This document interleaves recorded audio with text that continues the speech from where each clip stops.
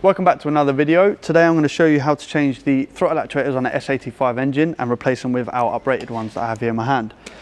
The throttle actuators are located underneath the plenum inside the V of the engine, so you do have to remove a fair amount of parts to be able to access them, which I'll do in a moment. This is TR Hamza's E60 M5 and his actuators haven't actually failed yet, but he is planning a road trip at some point, so we'll change them as a preventive. So it's good if you are planning to go on a long trip somewhere or you are worried they're going to fail, it's worth getting them changed over. So I'm going to strip this engine bay out and access the actuators, and then we can take a closer look.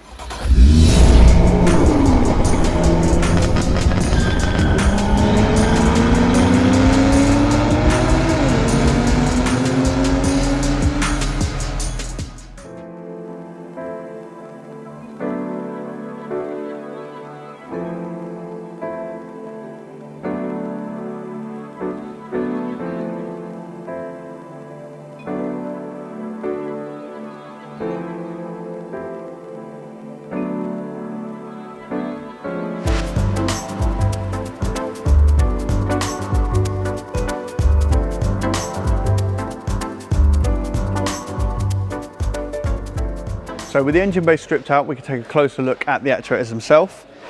As you can see, they are located quite deep inside the V of the engine. So this is bank 1 and this is bank 2. Now where these differ to like an older style car, where you'd have the accelerator pedal connected to a cable which would actuate the throttles, these cars are run electronically, so each actuator controls each bank. So as I said, this is bank 1, so that will control these throttles, and that's bank 2, which will control those throttles. So as the actuator does its job and opens and closes, it opens and closes the throttles, and that's where you get your air intake from.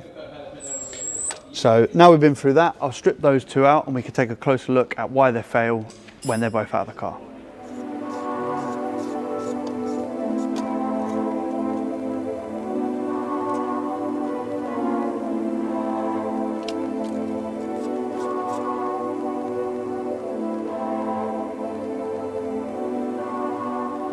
So now the actuators are out, I've got them both in front of me. You can take a look at the comparison of the new ones compared to the old ones.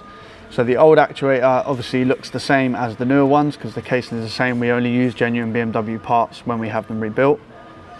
The internals are what fails. So the cogs inside the motor can break because they're made of plastic, and you can also have a failure on the circuit board where the soldering can break away due to vibration and cause the same issues that you would have if the cogs were to go. So the symptoms for the actuators failing is usually a half check engine light on the dash, and in the iDrive you get a list of faults which show flat tire monitor and ABS faults and braking faults. If you do get those, if you're on a long road trip or something like that and the actuators fail, you end up being stuck at the road or you have to drive the car in limp mode. So it is a good idea to change these as a preventative if you are planning on going on a long trip. So now that we've gone on a quick overview of the parts, we get them fitted back to the car, and the process of fitting is just the reverse of what I've already done to remove them.